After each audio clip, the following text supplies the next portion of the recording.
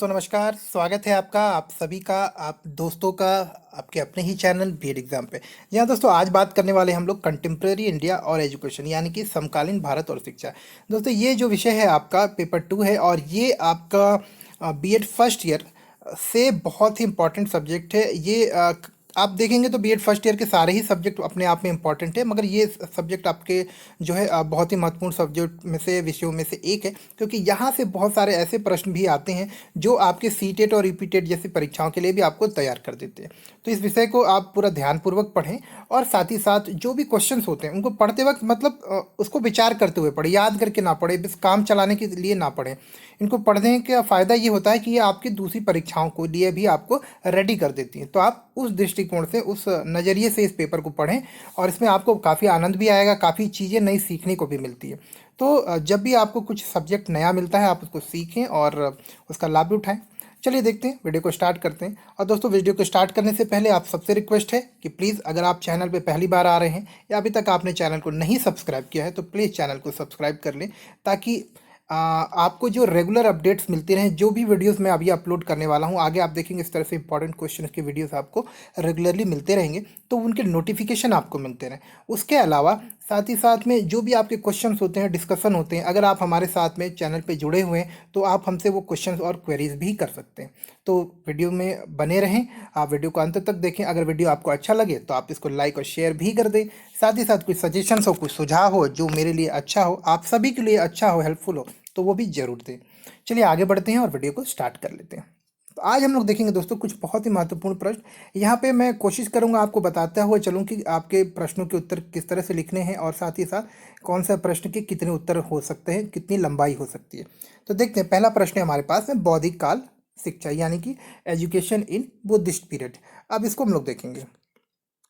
तो बौद्धिक शिक्षा अज्ञान को दूर करने का साधन समझा जाता है। यह ज्ञान को दूर करके ज्ञान के प्रकाश में वस्तुओं की वास्तविक प्रकृति को स्पष्ट कर देती है और इस प्रकार दुख, वेदना, कष्ट से छुटकारा दिला देती है। यहाँ तक दोस्तों आपको बहुत ही अच्छे से समझ लेना है कि देखिए ये एक मेन लाइन है और आपको जब भी लिखना हो ना बौद्धिक शिक्षा के बारे में, आप यहाँ से स्टार्ट करेंगे। ये लाइन लिखते ही आपके जो है 2 नंबर पक्के हो जाते हैं कि बौद्धिक शिक्षा क्या करती है, अज्ञान से ज्ञान की ओर लेकर जाती है। जो आपके अंदर अज्ञान का अंधकार है उसको दूर करती है और चीज़ों को स्पष्ट रूप से, वास्तविक रूप से देखने में आपको मदद करती है। बौद्धिक शिक्षा के अनुसार शिक्षा का लक्ष्य एक व्यक्ति को अष्टगुण मार्ग, ये देखिए बहुत ही इंपॉर्टेंट टॉपिक है अष्टगुण मार्ग, आगे चल के अभी हम लोग डिस्कस करने वाले हैं। अष्टगुण मार्ग पर चलने के लिए तैयार करना होता है। तो यानी कि शिक्षा का उद्देश्य क्या है, यहाँ पे आपको 2 चीज़ ध्यान रखिएगा कि अज्ञानता के अंधकार से आपके ज्ञान के प्रकाश की ओर लेके जाना, पहली पॉइंट।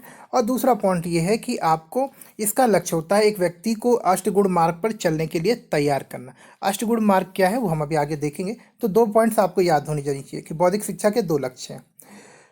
अष्टगामी मार्ग पर चलकर व्यक्ति निर्वाण को प्राप्त करता है, जो प्रत्येक व्यक्ति का लक्ष्य होना चाहिए। आप यहाँ तक पूरे उत्तर को लिख दें। ये आपके 2 नंबर में जब भी प्रश्न आए ना तो आप यहाँ तक लिखें। अब इसको साफ सुथरा आपको कर देता हूँ आपके लिए, तो आप समझ लीजिए यहाँ तक जो है आपको बिल्कुल लिखना है जब भी आपके 2 नंबर के क्वेश्चन आते हैं। तो 2 मार्क्स के क्वेश्चन तो आपको जो है इतना तो लिखना ही पड़ेगा, और इतना अगर आप लिख देते हैं आपके कोई भी अंक नहीं काट सकता। चलिए आगे बढ़ते हैं हम लोग।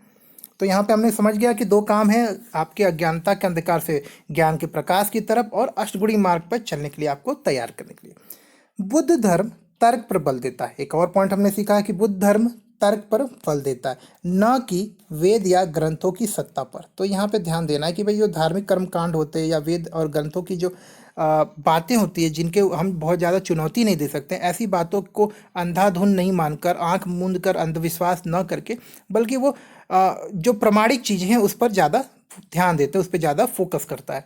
तो बौद्ध धर्म क्या करता है, तर्क पे, लॉजिक के ऊपर आपका मतलब ध्यान देते हैं। लॉजिक के ऊपर हम सारी चीज़ों को समझने का प्रयास करते हैं। बौद्धिक दर्शन धर्म और कर्म की धारणा पर केंद्रित है। अभी एक अच्छी बात है कि बौद्धिक दर्शन जो है किस पे, धर्म और कर्म की धारणा पर केंद्रित है, जो कि एकत्रित रहता है, मतलब कि दोनों एकत्रित होता रहता है। तो यहाँ पे एक पॉइंट आप यहाँ पे ध्यान रखिए कि बौद्ध धर्म जो है कर्म की धारणा पर और धर्म की धारणा दोनों पर केंद्रित है। यह धर्म ही है जो संसार को गतिशील बनाता है। तो आप समझ सकते हैं दोस्तों कि धर्म जो है संसार को गतिशील बनाता है। ये बुद्ध धर्म की दर्शन के अनुसार हम बात करें। बौद्धिक दर्शन के अनुसार हम एक शिक्षित व्यक्ति उसे कह सकते हैं, देखिए शिक्षित व्यक्ति की परिभाषा है जो कि धर्म के अनुरूप जीवन बिताता है और अच्छे कर्म करता है। तो जो धर्म के अनुरूप जीवन बिताता है और अच्छे कार्य करता है, अच्छे कर्म करता है, वह आपका एक शिक्षित व्यक्ति कहलाता है। वह तर्क को मान्यता देता है और प्रयोजनशील है। मतलब जो भी चीज़ें करता है उसके पीछे उसके कारण होते हैं, उस किसी काम को करने के लिए उसके पीछे कुछ उद्देश्य होता है। वो किसी काम को बिना सोचे समझे नहीं करता। वह अनुभव को ही ज्ञान का स्रोत मानता है। तो ये अपने आप में एक बड़ी बात है कि उसके लिए जो ज्ञान है वो अनुभव है। मतलब जब तक वो चीज़ों को अनुभव नहीं करता उसको वो मानता नहीं है। जैसे कि हम लोग ईश्वर की आस्था रखते हैं, तो ईश्वर की आस्था के लिए वो ईश्वर को समझना चाहते हैं, उसके लिए वो साधना करते हैं, उसके लिए वो अनेक प्रयत्न करते हैं। यानी कि अनुभव के माध्यम से ज्ञान प्राप्त करना बुद्ध धर्म का लक्ष्य होता है। तो यहाँ पे आपने देखा दोस्तों, कुछ पॉइंट्स आपने ध्यान दिए होंगे। हम इनको एक बार और याद कर लेते हैं कि देखिए, अज्ञानता के अंधकार से ज्ञान के प्रकाश की ओर। हमने एक पॉइंट पढ़ा, अष्टगुणी मार्ग पर चलने के लिए तैयार करना। धर्म और ग्रंथों की सत्ता पर विश्वास नहीं करते बल्कि लॉजिक के ऊपर यानी कि तर्क के ऊपर हमारा मतलब बुद्ध धर्म में जोर होता है। उसके अलावा बौद्धिक धर्म दर्शन के अनुसार जो धर्म और कर्म ही जो है हमारा जीवन इस पे केंद्रित होता है। उसके अलावा एक शिक्षित व्यक्ति की परिभाषा क्या है?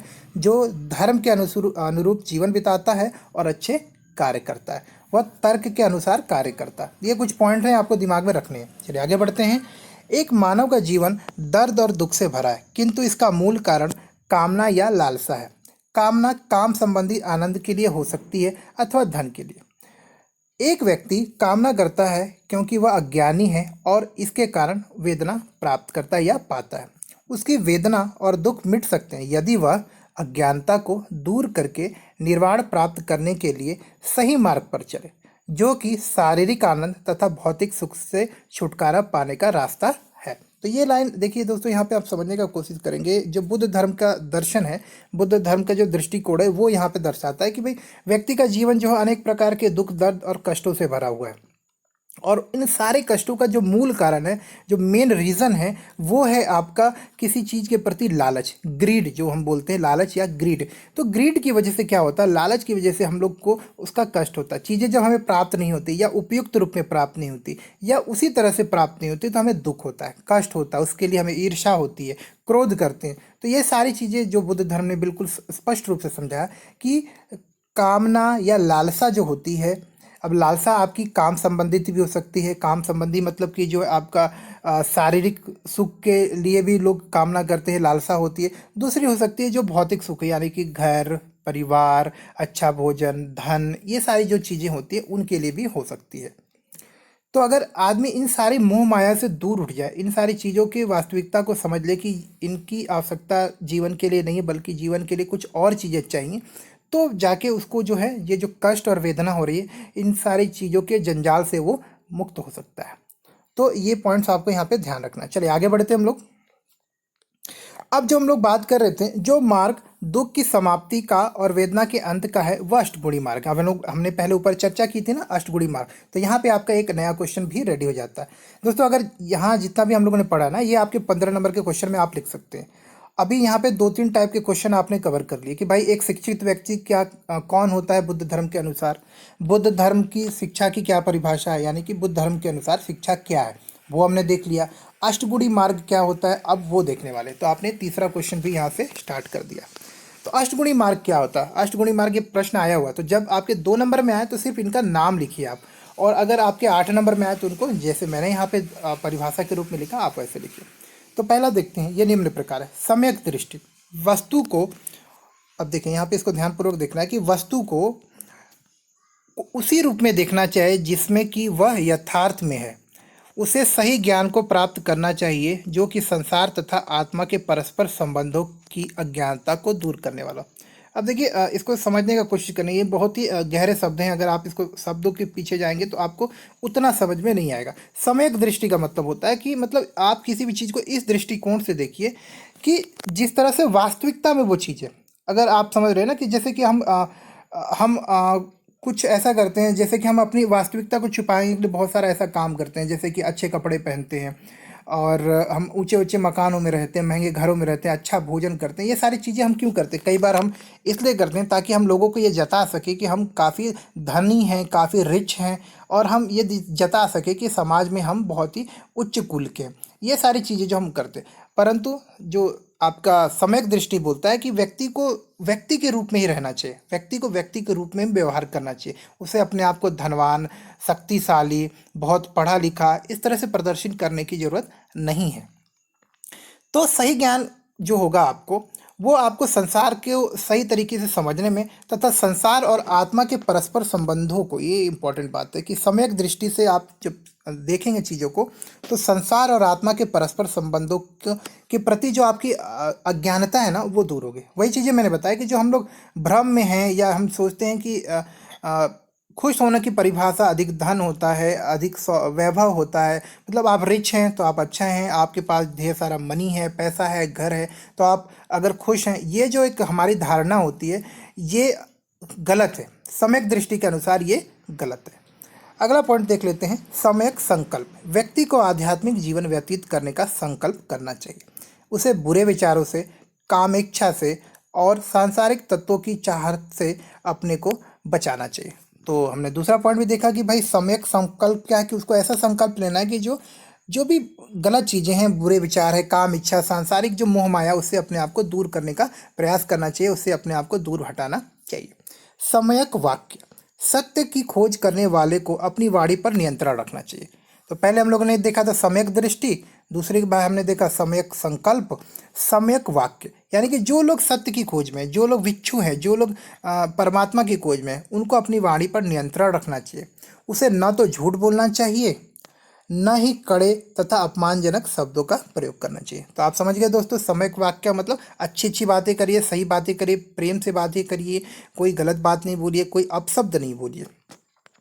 आगे देखते हैं सम्यक कर्मांत। व्यक्ति को बलिदान, सहानुभूति, उदारता की भावना को अपने में उत्पन्न करना चाहिए।